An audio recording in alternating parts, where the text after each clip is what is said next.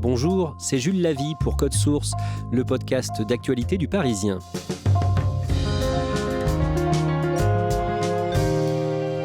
En 2020, en France, près de 160 000 personnes ont été victimes de violences conjugales, dont près de 140 000 femmes. Chiffre donné en novembre 2021 par le ministère de l'Intérieur, en augmentation de 10% par rapport à l'année précédente. Pour parler de ce fléau, le 20 mars, Le Parisien a fait le portrait d'une femme de 44 ans, professeure d'art plastique, qui a été victime des années d'un homme violent. Elle a raconté son calvaire et sa renaissance dans une BD, puis un livre, et elle témoigne aujourd'hui dans Code Source au micro d'Ambre Rosala.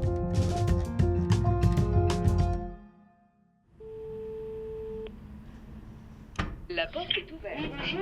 Bonjour. 3e étage. Ça marche, merci. Je rencontre Sunshine chez elle, dans l'appartement où elle élève seule ses 2 enfants de 6 et 7 ans. Elle m'ouvre la porte avec un grand sourire et nous nous installons à la table du salon où elle nous sert une infusion. Elle m'explique que ses enfants passent le week-end chez leur père, qui a encore la garde alternée, et que c'est toujours très difficile pour elle de les savoir chez son ancien compagnon. C'est comme ça, c'est leur père. Mais il n'empêche que, on confie ses enfants à l'être qui vous a fait peur au plus haut point et qui vous a malmené. On confie son enfant à l'agresseur, en fait.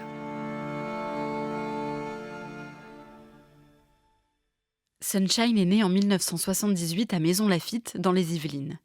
Elle grandit avec ses parents, son frère et sa sœur, dans une belle maison du département. Elle me raconte qu'enfant, elle ne manque jamais de rien et qu'elle grandit dans un cadre plutôt privilégié. J'ai toujours été très sensible. Et sinon, j'avais des amis, j'adorais jouer, j'étais très chahuteuse, très sportive. J'ai tout de suite aimé le dessin très très tôt. Dès 10 ans, je recopiais des pages entières de BD. C'est une activité manuelle qui me permettait de me ressourcer, de me recentrer sur moi-même. Et j'ai jamais arrêté, en fait. Comme Sunshine ne veut plus faire que du dessin, elle décide d'entrer dans un lycée d'art appliqué à Paris, puis de faire une école d'art après le bac. Elle obtient son diplôme, puis passe un concours pour devenir professeure d'art appliqué. Elle enseigne dans plusieurs lycées de la région parisienne, puis quand elle a 29 ans, elle rencontre un homme avec qui elle se marie 2 ans plus tard. Ils s'entendent très bien, mais ils se rendent compte qu'ils ne sont pas heureux ensemble et finissent par divorcer quand Sunshine a 33 ans. Elle aimerait bien trouver quelqu'un avec qui se mettre en couple et fonder une famille, et en novembre 2013, quand elle a 35 ans, une amie à elle lui propose de lui présenter un homme. J'étais divorcée depuis 2 ans. Je faisais beaucoup de sport, j'étais inscrite au club de tennis de Saint-Germain-en-Laye, à la piscine olympique, j'avais mon club de natation, mes copines, c'était juste super, quoi. J'étais propriétaire de mon petit appart, j'étais super bien. Et j'ai une collègue au lycée qui m'a dit, écoute, moi je connais un type super, il court, comme toi. Elle m'a dit, si tu veux, on te prépare une rencontre, il est divorcé, il a déjà été marié, il a son appart, lui aussi il aimerait bien rencontrer quelqu'un. Donc j'ai dit pourquoi pas, j'étais en pleine confiance, quoi. Puis j'étais un peu fragilisée par ce divorce et puis je voyais mon âge. Donc j'y suis allée. Et puis il a tout de suite été charmant, je l'ai trouvé bel homme. Il m'a fait la cour, et vas-y, je te paye les restaurants, et je t'offre des orchidées, j'arrive avec une bouteille de champagne, énormément d'assurance, parlons à tout le monde, et je suis tombée très vite très amoureuse.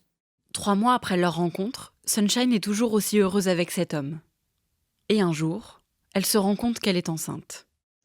On est en vacances et j'avais du retard et donc j'ai acheté un test, comme toute jeune femme dans le doute. Et puis je m'en suis rendu compte toute seule dans notre maison de location que le test était positif et je l'ai appelé et je lui ai dit j'ai quelque chose à te dire, je suis enceinte. Il y a eu un gros blanc. Donc évidemment j'étais pendue à ses lèvres, et il m'a dit écoute, pour tous les couples de la terre c'est le plus beau jour de leur vie, nous on va réfléchir. J'ai eu honte. Je me suis retrouvée toute seule dans la chambre, j'ai beaucoup pleuré, et là, j'ai été super malheureuse, quoi. Le compagnon de Sunshine essaye de la convaincre d'avorter, mais elle ne veut pas, et ils finissent par décider de garder le bébé. Pendant toute la grossesse, Sunshine et son compagnon restent vivre chacun dans leur appartement. Ils ne l'aident pas vraiment à s'occuper de cette grossesse, mais ça ne dérange pas Sunshine, qui est très heureuse d'attendre un bébé et qui est très amoureuse. Elle accouche à la fin de l'année 2014 d'un petit garçon, Et quand il fête ses 3 mois, Sunshine déménage chez son compagnon en Essonne. J'ai vendu mon appartement, j'ai changé de lycée, donc j'ai quitté tous les collègues avec qui je bossais depuis plus de 10 ans. J'ai quitté mes amis, donc je me suis trouvée très vite très isolée en fait. J'ai dû attendre 8 mois pour avoir une étagère pour mettre mes vêtements. J'avais pas le droit de faire un trou dans les murs pour mettre un cadre. J'ai très vite découvert qu'il avait pas du tout l'intention de se paxer, encore moins de se marier. Je l'ai très vite trouvé double visage. L'homme bavard, jovial, rigolo à l'extérieur, et puis la porte se ferme et on a un mec qui fait la tronche. Ça a été très vite un peu la désillusion. Malgré ça, Sunshine se dit que ce n'est pas très grave et qu'elle l'accepte comme il est. Jusqu'aux premières violences qui arrivent quelques mois après leur emménagement ensemble. On s'était disputés pour des broutilles, hein. Et j'ai voulu sortir pour fumer une cigarette. Et il m'a dit « Tu vas où là ?» Je lui ai dit « Je vais prendre l'air, hein. On va pas passer la soirée ensemble à se regarder dans le blanc de l'œil, hein. Il va falloir respirer un peu là parce que... » Il m'a dit « Ok, on va te calmer. » Et là, il m'a saisi et puis il m'a secoué dans tous les sens, il m'a traîné jusqu'à la salle de bain, il m'a jeté dans la cabine de douche et il m'a arrosé à l'eau froide, tout habillé longtemps. Je me suis entendue claquer des dents. Alors est-ce que j'avais froid, est-ce que j'étais choquée, j'en sais rien. Je l'ai supplié d'arrêter plein de fois évidemment parce que bon, il était hystérique en fait. Et moi je me rendais compte de ce qu'il me faisait et je lui disais mais qu'est-ce que tu fais ? Mais qu'est-ce que tu fais ? C'est pas normal. On s'en aperçoit tout de suite, en fait, on n'est pas fait pour se faire agresser. Sunshine est sidérée par ce qu'elle vient de vivre. Mais après ça, tout revient à la normale, comme si rien ne s'était passé. Elle tombe enceinte de leur 2e enfant, une petite fille, à qui elle donne naissance au début de l'année 2016. Et petit à petit, la violence revient. Cette violence est physique, mais aussi psychologique. Son compagnon cherche à avoir le contrôle sur tout ce qu'elle fait, et Sunshine finit par arrêter complètement le sport et le dessin. Et surtout, elle subit des insultes au quotidien. Des méchancetés gratuites, des paroles insupportables, du genre « tu fais pas partie de ma famille c'est mes parents et mes enfants, t'as jamais rien été pour moi, si t'es pas contente casse-toi », des choses juste horribles. C'est une façon de vous rabaisser en fait petit à petit et de vous dévaloriser quotidiennement, qui fait qu'au bout du compte, on a l'impression que ça vient peut-être de nous, en fait. Parce qu'il est toujours en train de vous dire que c'est vous le problème. Et puis, je l'aimais, voilà. Donc, on est juste sous la vague, la tête dans le guidon, on subit, on élève ses enfants dans l'amour, mais on n'y voit pas clair, quoi. Sunshine se dit que son compagnon se comporte peut-être de cette façon avec elle parce qu'il vit mal le fait que toute la famille vive chez lui, dans son appartement, trop petit pour eux 4. Alors, elle lui propose d'acheter ensemble une maison. Ils déménagent. Et Sunshine espère que tout ira mieux après ça. Ça s'est pas du tout amélioré, c'était de pire en pire. Il y a eu des menaces de mort. Je vais te tuer, toi et les enfants, pour dormir tranquille. Il m'avait dit qu'il savait faire disparaître des corps, que si un jour je partais, personne ne me retrouverait, que toute ma famille me chercherait mais que personne ne me retrouverait. Et puis ensuite, il y a eu la violence, c'était un homme violent. Donc au début on a peur pour soi, puis après on a peur pour ses enfants. Et puis après, on se dit que les petits êtres qui sont en devenir vont peut-être pas pouvoir grandir là-dedans. Et puis finalement, on finit par se dire que ça se trouve, ils vont pas avoir à le vivre longtemps parce que ça arrive peut-être pas qu'aux autres et que je vais peut-être pas vivre longtemps moi non plus, quoi. Sunshine ne parle à personne de ce qu'elle subit chez elle, ni à ses amis, ni à sa famille. Puis un jour, elle va voir sa sage-femme et décide de lui raconter. Cette dernière lui donne le numéro de téléphone d'une policière qu'elle connaît. Sunshine l'appelle et la policière accepte de la recevoir rapidement. Donc j'y suis allée, effectivement, elle m'a prise tout de suite et j'ai raconté tout ce que j'avais à dire parce que je pouvais pas garder ça pour moi, les menaces de mort, etc. Et elle m'a dit vous vous rendez pas compte du contenu de votre discours, là, moi je peux pas laisser ça en main courante, faut porter plainte. Et moi je lui ai dit non, parce qu'en fait je l'aime et je vais trouver une solution, ça va s'arranger. Et puis aussi, je vis sous son toit. Et puis si je porte plainte, il va recevoir une convocation, monsieur. Et puis bon, j'ai pas trop... je prévoyais déjà un petit peu les retours possibles. Donc, pas question. La policière donne à Sunshine le contact d'une association, du côté des femmes, située en Essonne. Comme elle a besoin de parler, Sunshine s'y rend et découvre un pôle écoute, avec des référentes qui sont là pour soutenir les victimes et des ateliers de sensibilisation. J'avais assisté à une réunion avec des avocates qui venaient pour expliquer comment est-ce que ça se passait en justice pour 1, protéger les femmes, 2, les défendre, 3, les faire rebondir. Et on était toutes allées parler à l'avocate les unes après les autres, après le cours théorique, on va dire, sur ce qu'est un tribunal, etc. Et au moment où elle m'a appelée, j'ai dit non, mais attendez, moi j'en suis pas là, on est en train d'acheter un pavillon, je fais pas partie des vôtres, quoi. Je suis là comme ça, j'écoute, juste, pour voir. Et donc j'ai eu une référente sur ce pôle écoute. Je suis allée la voir, soit par téléphone, soit en vrai, quand la coupe était trop pleine de mon côté. Et de temps en temps, j'annulais nos rendez-vous. Je lui disais, écoutez, je sais pas pourquoi je vous ai appelé, n'importe quoi, ça va beaucoup mieux ce matin, tout va bien, c'est moi, j'ai déliré, il est super sympa, on arrête quoi, je viens pas, ok, pas de problème, très souple. Et puis finalement, 3 semaines après, j'y retournais. Et pendant 2 ans, cette femme m'a écoutée et il m'a dit, en fait, vous vivez des violences. Traiter sa femme de pute, ça ne se fait pas. Et moi, sur le coup, j'avais besoin d'entendre quelqu'un me le dire. Parce que je savais plus m'écouter moi, en fait. Je me rendais bien compte que je vivais l'horreur, mais j'arrivais pas à m'entendre. À l'été 2018, Sunshine, son compagnon et leurs enfants partent en vacances chez les parents de Sunshine. Elle se dit que c'est l'été de la dernière chance, mais ça se passe très mal. Son compagnon devient violent avec le père de Sunshine, et elle se dit que c'en est trop, et qu'elle ne peut plus vivre comme ça. Le 18 août 2018, elle se rend donc au commissariat et porte plainte pour violence conjugale. Le policier du commissariat d'Argenteuil m'a dit « Mais ça vous dirait pas d'aller voir l'assistante sociale de notre commissariat, là, parce que je pense que vous pourriez lui parler un petit peu. » Donc je lui ai dit « D'accord, pourquoi pas ?» Et donc là, je suis allée la voir et elle m'a dit « Ça fait longtemps que vous vivez ça ?» Je lui ai dit 3 ans. Et elle m'a répondu « Mais ça va, vous tenez le coup ?» J'ai dit « Non, en fait, je tiens plus du tout. » Et effectivement, je tenais plus du tout parce que je tremblais, mais vraiment, je tremblais du matin au soir. Je pouvais plus manger, je digérais plus rien, j'arrivais plus à dormir. C'était juste de la survie, quoi. Et elle m'a dit, écoutez, ce que vous allez faire, c'est que... Elle m'a demandé si monsieur travaillait, j'ai dit oui. Et elle m'a dit, et vous? J'ai dit oui, sauf le mercredi. Elle m'a dit, écoutez, mercredi, s'il part au travail, vous faites un petit sac et vous partez. Et c'est ce que j'ai fait. Donc je suis partie le 3 octobre 2018, avec le strict nécessaire dans 3 sacs pour les enfants et moi. Et dans ma petite voiture, je suis partie. J'avais peur, j'avais très très peur. Par contre, je me suis tout de suite sentie libre. Pour moi, il était derrière et c'était définitif.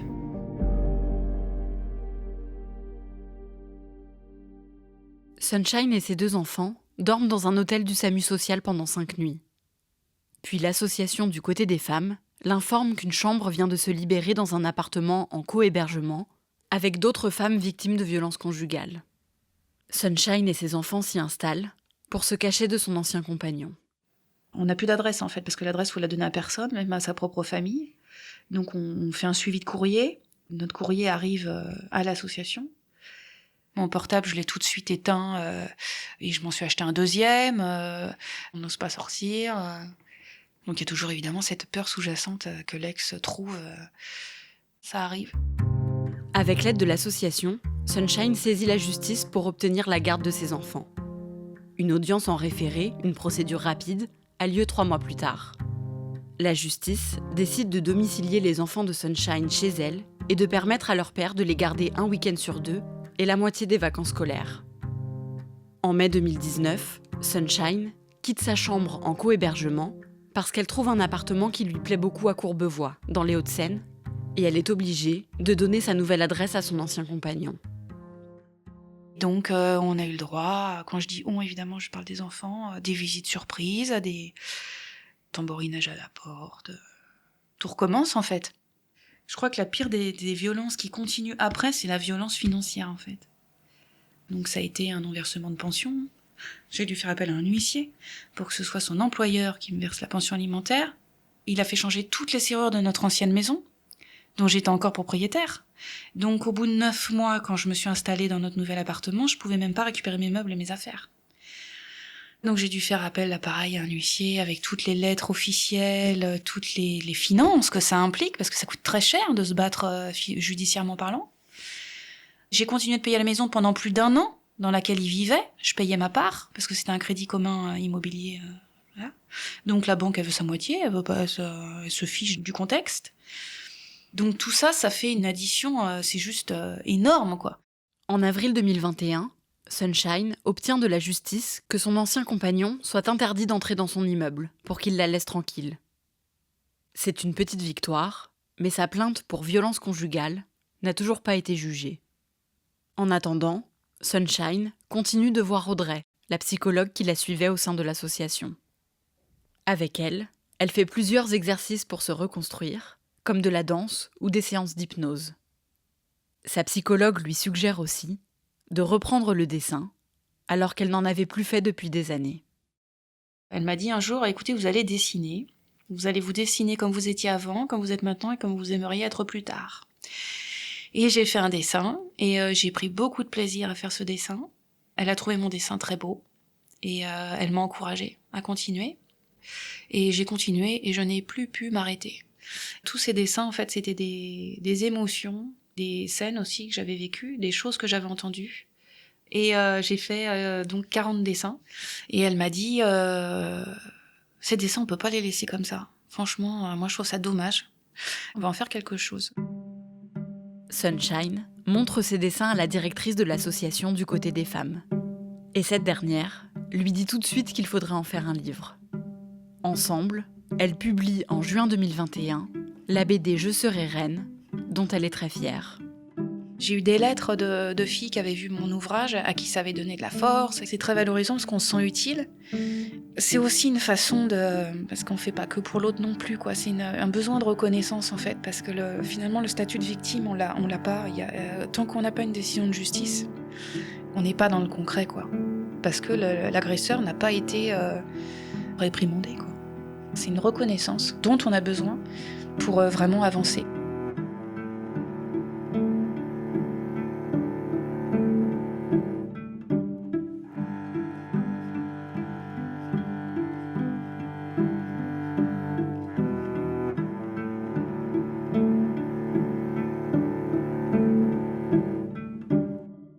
Après sa bande dessinée, Sunshine a raconté ce qu'elle a subi dans un livre publié le 16 mars, ce que la chenille appelle la mort, le papillon l'appelle Renaissance, c'est aux éditions Saint-Honoré.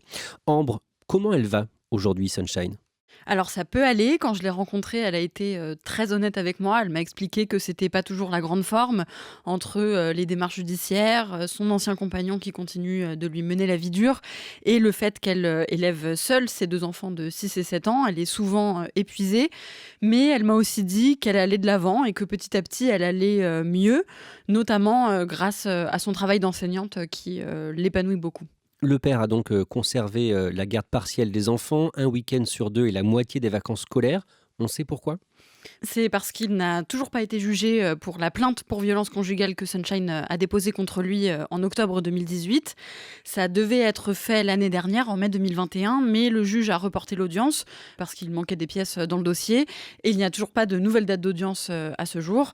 Et donc, si un jour il est condamné pour violence conjugale, l'ex-conjoint de Sunshine peut se voir retirer son droit de garde et de visite sur ses enfants, mais pour l'instant, il conserve ce droit. Dernière question, Ambre, si des femmes ou des hommes qui nous écoutent sont victimes de violences conjugales, vers qui il faut se tourner ? Alors il y a un numéro national, c'est le 3919. C'est une plateforme d'écoute et d'information pour les personnes victimes de violences conjugales. C'est un numéro qui est gratuit, anonyme, accessible 24 heures sur 24 et 7 jours sur 7. Et surtout, c'est un numéro qui ne figure pas sur les factures de téléphone. Et on répète ce numéro, c'est donc le 3919. Merci Ambre Rosala et merci à Marie Briand-Locu pour son aide. Cet épisode de Code Source a été produit par Thibault Lambert et Sarah Amni. Réalisation, Julien Moncouquiol. Code Source est le podcast d'actualité du Parisien. Un nouvel épisode chaque soir de la semaine. Pour n'en rater aucun, n'oubliez pas de vous abonner sur votre application audio préférée. Vous pouvez nous contacter sur Twitter @codesource ou nous écrire directement codesource@leparisien.fr.